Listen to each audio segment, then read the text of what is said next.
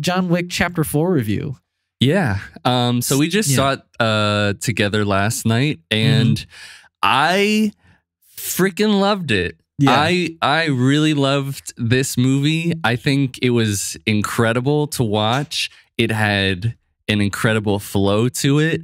It was dynamic and beautifully shot. Yes, like it was, I'll give it that. The gorgeous set pieces, gorgeous cinematography. The action scenes I will say that they're not, some of them didn't feel as maybe iconic to me as others, but then some of them might actually be just as iconic. Like I would say like some of the stuff, and I won't go into spoilers just yet, but I will say some of the stuff like in everything in Osaka was pretty incredible. I also thought the car stuff at the end was really good. Oh yeah. Yeah. But I was, because I feel like you can't have a John Wick movie without like a club fighting scene. Oh yeah. And they went to fucking Berlin. The club looks so good. So good. And just the build up to them going to Berlin, they like, just from a music perspective, they started playing these like modular synth tones. Okay. And I was like, okay, well, this is perfect because it's Berlin, which is like where you'd play like electronic club music like the most. Like that's just what it's like. Berlin's just like, I once went to like the capital for that. Yeah, I went to like a live show, and there was a guy from Germany, and he was like, I'm just so sick of fucking like electronic music. I don't even know this band that I just want to see live music. Right. And so when they finally got to the club stuff, at first I was like, how are they gonna be as iconic as like stuff from the first movie, or even, I can't remember if there was one in the third movie. I was trying to think about that last night, but definitely in the second movie there was. I can't remember about the third either. But this could have been the best club sequence. At least like at first you're like, oh, it's good. Yeah. But then it builds to this like high with the boss there that you're like, I guess. Yeah, like for me there, like I guess maybe I wanted a little more like goons he could fight, because it was mainly just like him versus the boss at that nightclub. But I feel you, but that the guy there's an art, there's like an art to that fight. No, there is. It's good. And so the boss that we're talking about is like this like chubby but very muscular like Russian or German mob boss. Like I can't even remember what his accent's from. Yeah, like very like Penguin-esque. Yeah. And I know that they'll never have the Penguin probably fight like him in the Batman movies. No, but not a chance. Holy shit, he just kicks ass. Yeah. He really, I was not expecting him to throw down. So dexterous. Like he could move, he could move it however he wanted. Yeah. And he was so entertaining to just listen to him talk, the Baba Yaga. You just start. He was definitely goofy though. Oh, but it worked. I was so in for it. Yeah, I guess for me, like my general thoughts, I'm not as in love with it as Zach is. I think cinematography wise, like I agree, and I think like mostly action wise, I agree. I guess like what I was wanting from this movie, that and I told this to Zach already, but like how chapter 3 ends is like we're both super pissed and we want to take down the high table together, right? and we basically like skip to the end of that journey at the very start where he kills the what is his name? The guy at the head of the table, or like above the one above the elder, right? I guess they just refer to him, but the elder, sure. Right. And so they skip to the end of that, and he's killed him, and like Lawrence Fishburne really had no screen time in that like journey, and he doesn't really have much more throughout the whole movie, so it's not this like duo that I wanted teaming up. Sure, yeah. It's also like, not that I don't like the plot, or I guess I should say I do like the plot if that was confusing, but like what I wanted again was the destruction of like this like, you know, of the high table, this organization, and we got, you know, diverted into like, you know, how does John Wick get out of the situation? Because basically everyone's telling him the high table is this indestructible entity that, you know, will just keep getting replaced by other people. And I think the journey we go on is really good.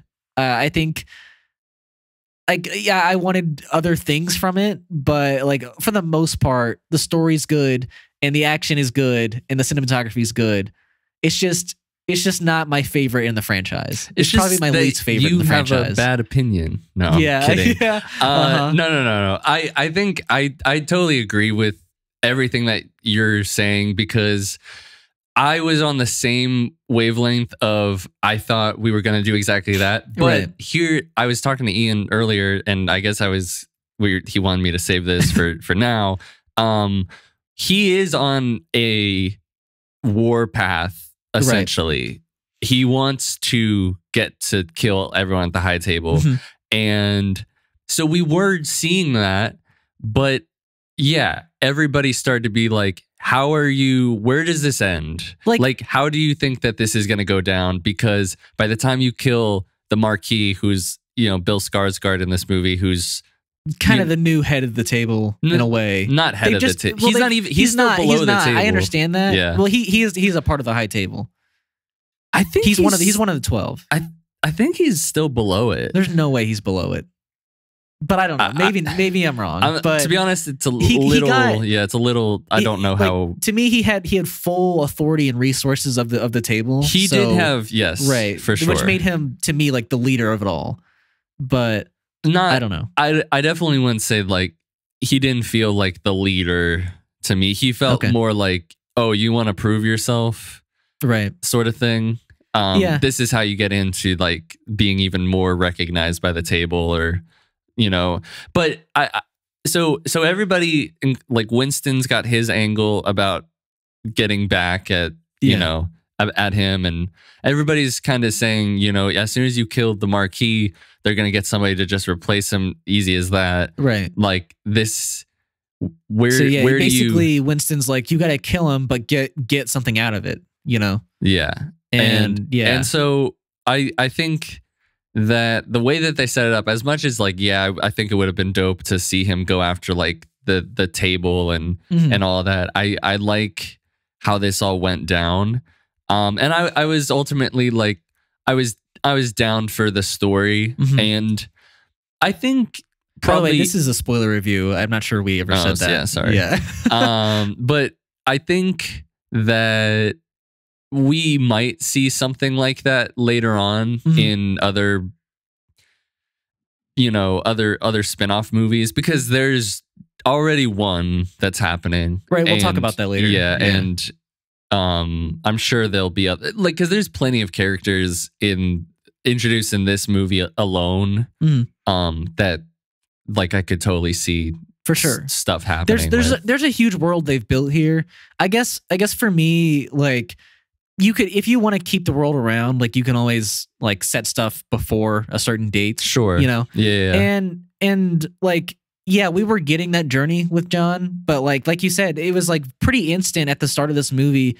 People were like starting to say, hey, this is not really possible, you know? And so like the journey was diverted. And I guess for me, like the story we were given was pretty good, but like, you know, big spoiler here. He ends up dying at the very end, and he does this in a way where he gets like the freedom for himself, freedom for his best friend, or maybe not best friend, but, you know, freedom for his past friend. And he gets to kill the man he wanted to, and Winston gets his hotel back. Right. But I feel like he intentionally like dies at the end. Like, I think he knows the shot he takes is going to kill him. I mean, I think Winston like realizes that too. Like he's a little teary eyed, and he's like, Winston, will you take me home? Yeah. Of course. He's like, yeah, he's gonna die. But I feel like for me, that sacrifice should have been made for the destruction of like this mass organization, and not just for like the freedom of himself and his friend and Winston, you know? Like, I feel like it was just a little bit, I guess, anticlimactic in a way for me. Yeah, I mean, since this is looked at as like the finale of the John Wick franchise in a way. Yeah, I think that I definitely feel similarly. Yeah, Similarly? well, you know what I mean. Yeah, but yeah. like, I feel the same. I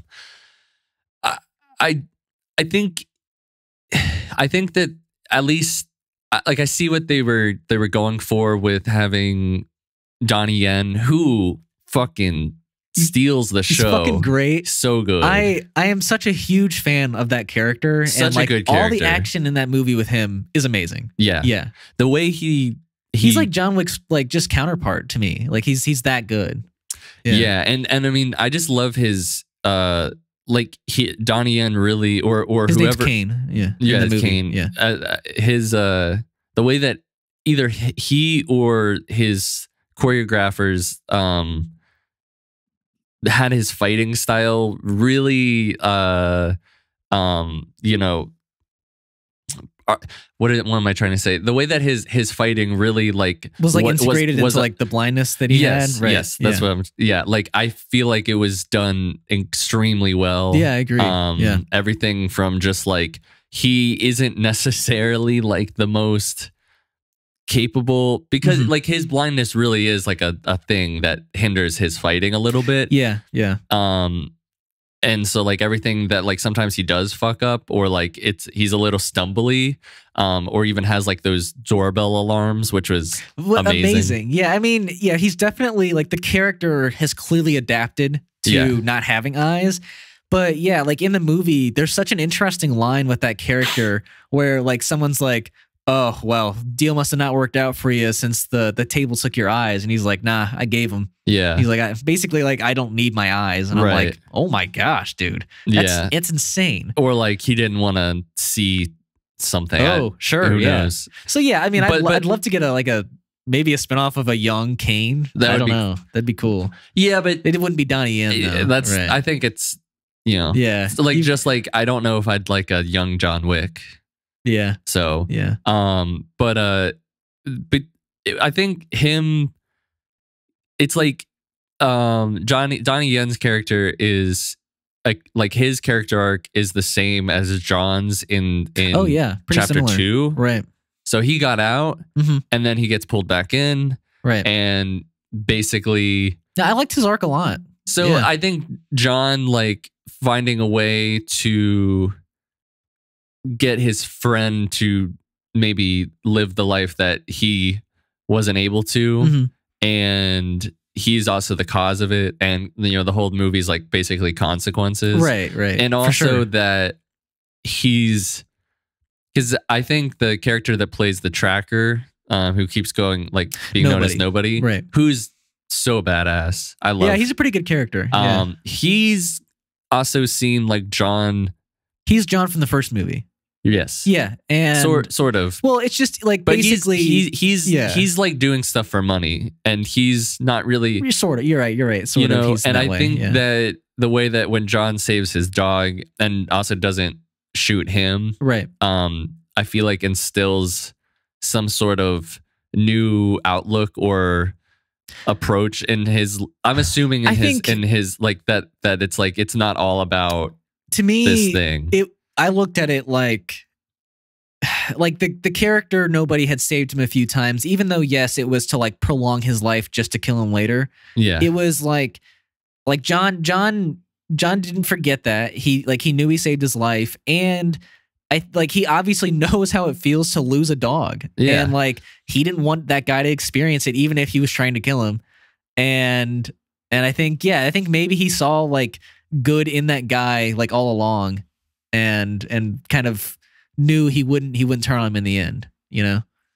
Maybe. I don't. I guess like I just see like there's more of like philosophical ideas being presented, especially with like the Marquis, who is a total prick, and I love how Bill played him. He's a really good character too. Because his whole thing is like just like trying to because his whole thing is to dismantle the idea of like somebody being able to get out of this, or being able to like, I don't know, fight the table or lead their own personal life. Like he's got, like this fucking like rebellion, French, I'm assuming it might have been the French rebellion, like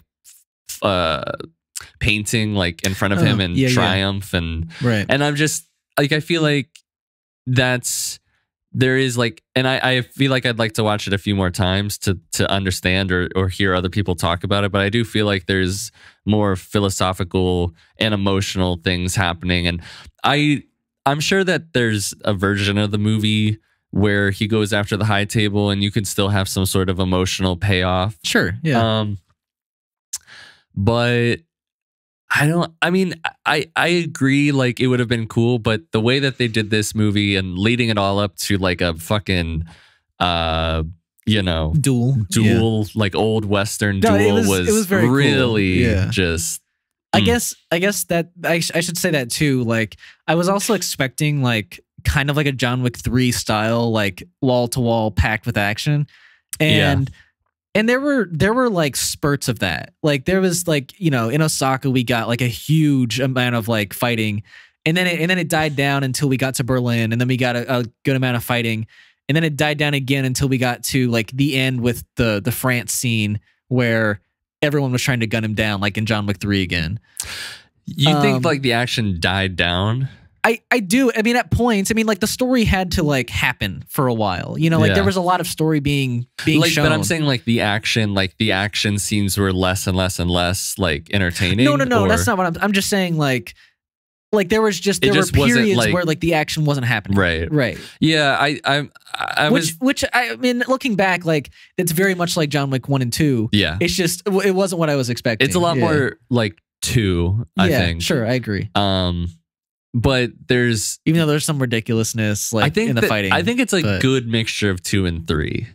I would agree. Yeah.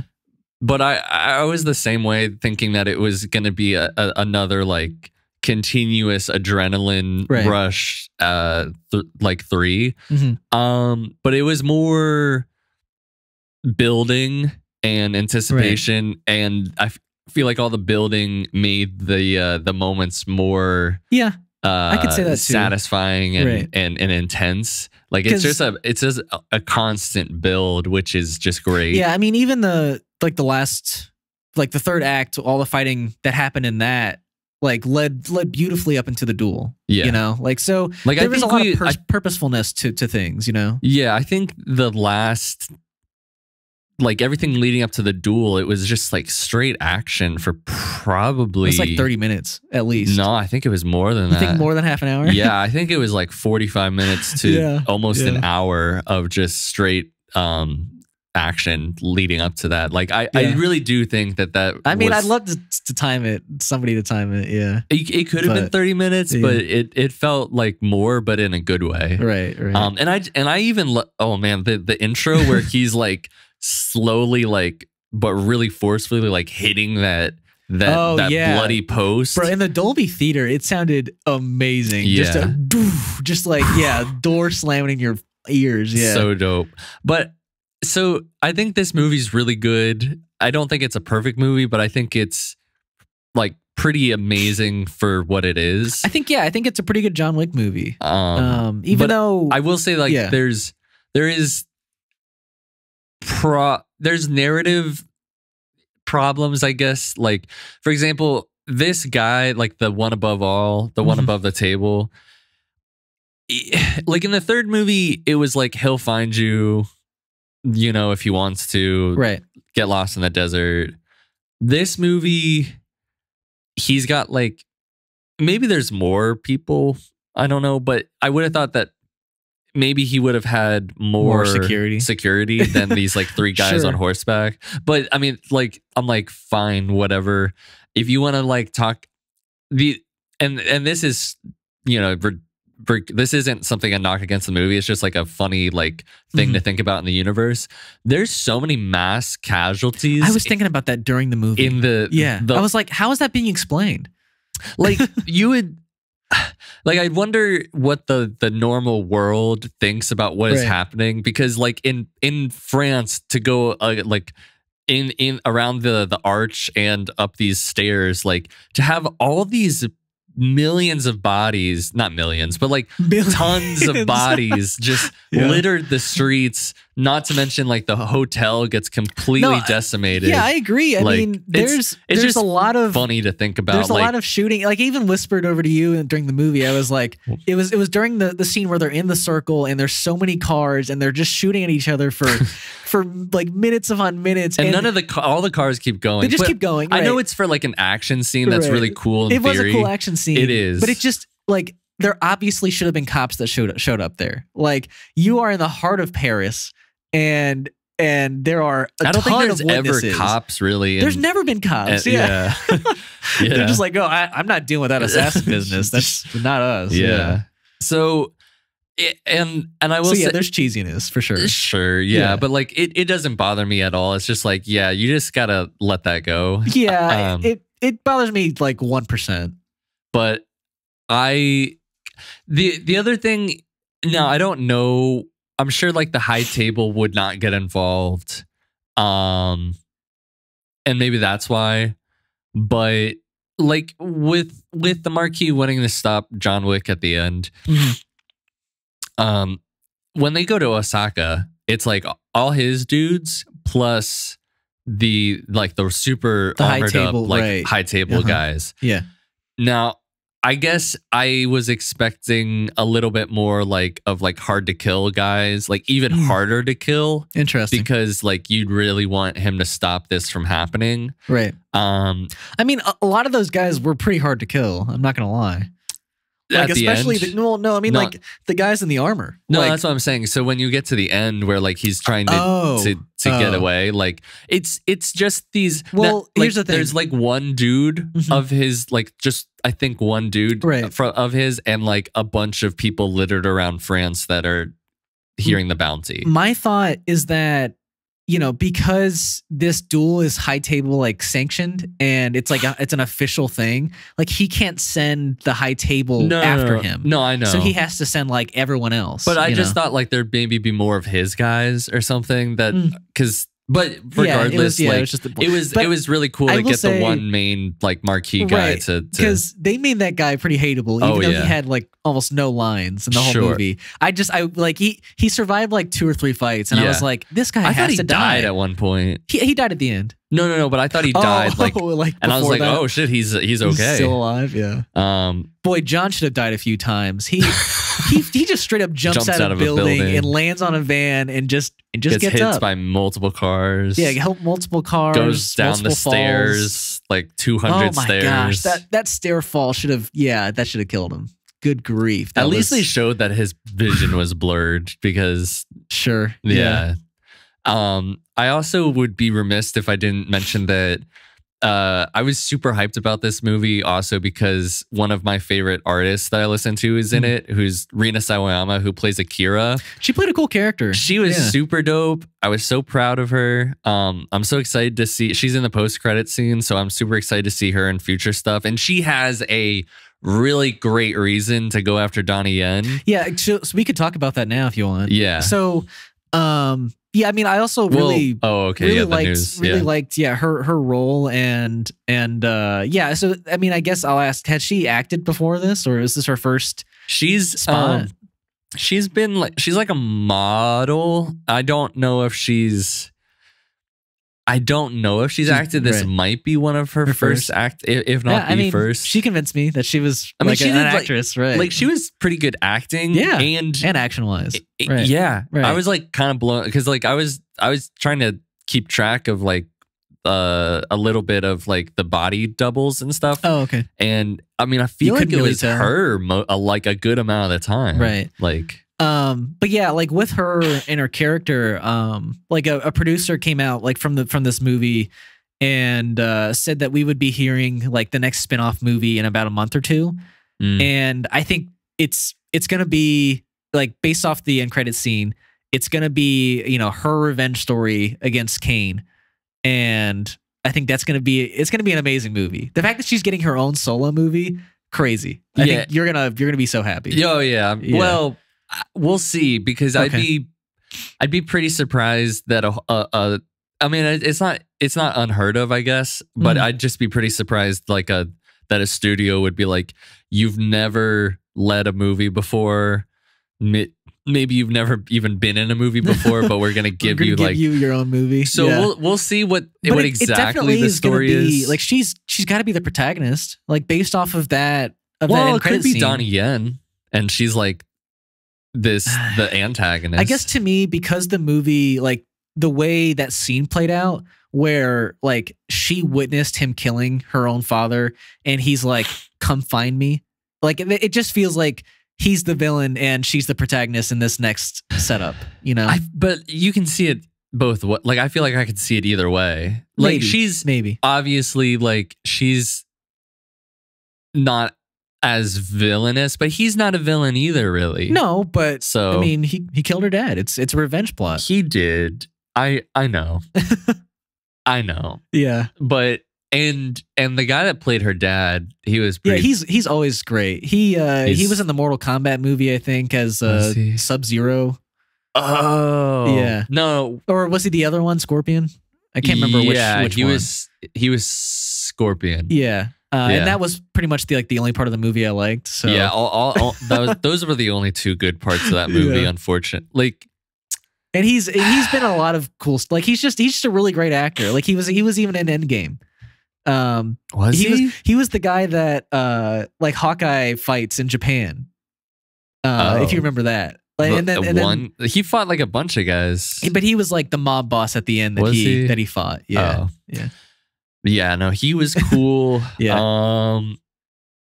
And also I will say, speaking about the ending of the movie, that I feel like John's death, I don't think he wanted to die, but he showed like his Clancy Brown's character, who's kind of this. That just clicked that was Clancy Brown. Wow. Yeah, okay. Clancy Brown's character, who's kind of this arbiter of the duel. High table.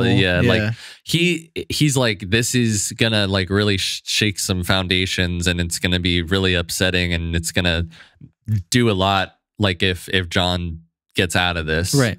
And the fact that John does, like, I feel like has big repercussions throughout the whole universe. That like this is something that can be dismantled and you can get out of, and sure.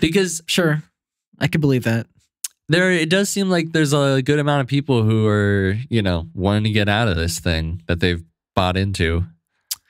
Like Koji, like the dad, and Akira, like they did not need, like it would have been much easier for them to just run the Continental and not have to be under the authority of the High Table. Well, no, I was gonna say it would have been easy for them to just be like, I'm not helping you, John. Like, oh, sure. But like they were like, no, fuck this shit. Like, yeah. I mean, I don't know. I guess I'll also say like, based off of like people who could want out, I guess I'm surprised they're going with the ballerina spinoff like in that way, because I think and he's supposed to be in that. John Wick's supposed to be in that. Yeah. Wow. Okay. Because like the continuation of this universe, I think it's going to be like sequelistic. I don't think they're going to go like back in time for most of these spinoffs, but we'll see. Like I think the ballerina, I think that's going to be a sequel, but maybe not if John Wick's going to be in it. I think maybe he'll be in flashback scenes. Yeah, potentially. But yeah, I guess it's interesting that they're going with like Ana de Armas and a new character. When I feel like we got like a really cool new character, which was the woman who was in charge of that place in Berlin, who also like branded herself. Yeah, she was cool. Like I was like, oh, well, we could have followed her. Like, I mean, I don't know. I think I think the ballerinas are a cool concept. I guess I'm mainly excited to see like that concept really be like brought to life. But I think I'm more excited to like maybe follow that thread in a John Wick Chapter 5 or a like a Donnie Yen sequel. Yeah. Yeah. Before talking about a Chapter 5, I will say that it was I don't know what to call it, but it was really it was quite surreal, I'll say, to see Lance Reddick die. In this movie. Yeah. Like early on. I mean, I'm glad he got his send off. He did, but it felt a little weird that his character died and he died. And he died too. like a few weeks before, right? Like it was a very strange. No, it's pretty wild. Weird moment, Yeah, definitely doesn't usually happen like that. But he was good for the short amount of time that he was on screen. He was great the entire franchise. Yeah, the whole series he was incredible. Yeah, I was just super happy to see him again. Yeah. And speaking of like a Chapter 5, like I guess the Lionsgate execs won a Chapter 5, which here's the thing. I totally see it. And not see it, but I totally see why they want one because it makes money. Yeah. Because it makes money. Like most things. That's why people want to, or most, heads of company. And it makes sense. I mean, you're head of a company, you want to make money. It's the most successful it's ever been. But this was the best opening, right, for the franchise? Yeah, I think so. So opening like 75 million. I mean, like we've said, like John dies at the end. And besides one moment where like the dog kind of like does a head turn and like like it's like when they're at the grave, right? Like I don't know if that was supposed to be like anything, what's up with that? Right. But I could say like that's one of the ways that you could do it. Sure. I mean, we never see him be buried, but he could pull a Sherlock. It's just. Like the only two people that are there is Winston and like Lawrence Fishburne's character. Yeah. So, it would be unless they they found a way to write it like it. I guess I wouldn't have minded Kane being there too. I feel like Kane should have. Yeah, maybe. Yeah. I don't know. So I don't know. And here's the thing. He's regardless if he's alive. If you wrote it that way, I mean, you'd have to come up with a really good reason why he would get involved in anything again. Right, because now he has his freedom again. Like, so why would he ever come back? Right. So unless it was to destroy the High Table, like that's got to be it. Like that's got to be the next plot if he comes back. Like why? Like he's out. I feel you.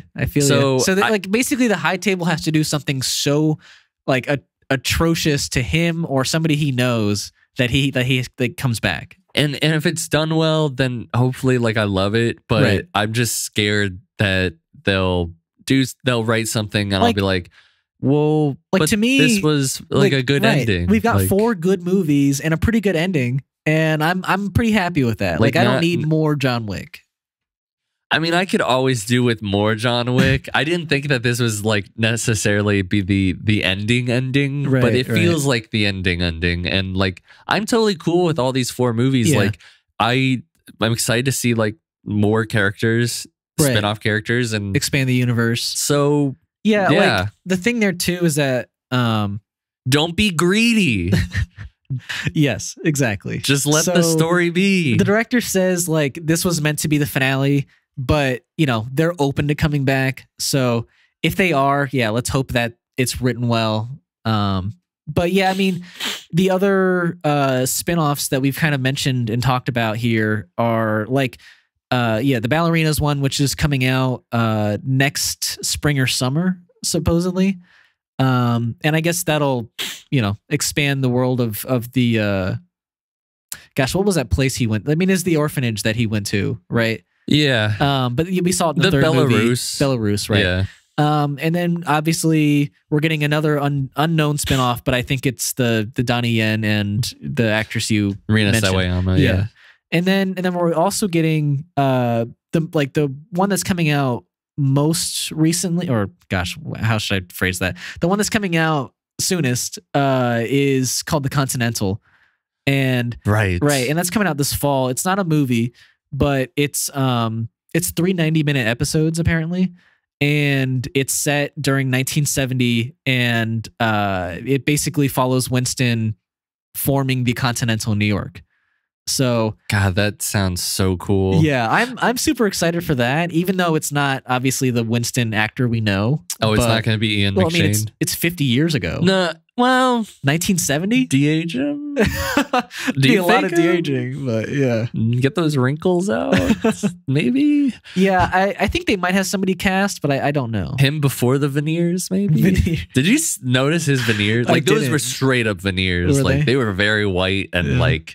But I mean, no, he looks good. I like Ian McShane. No, I loved him in Game of Thrones. That one episode he was in. Oh God, he was so good as that priest. Yeah, or whatever the fuck he was. Yeah, that sounds super exciting. I hope whoever plays Winston is very still Winston. Like it's hard. Yeah. Like I'm sure maybe somebody can do it, but I don't know. Ian McShane is Ian McShane. I guess like he's like Winston is just Ian McShane. You know? What I'm really looking for, I guess, is like somebody who, and I guess this is more in the writing, so the performance doesn't have to like come off super well, but like I'm looking for a guy who is like will do anything to form this hotel. Like basically that's the vibe I got at the end of 3, that like because he shot John, he's willing to do anything to keep this hotel running. Right.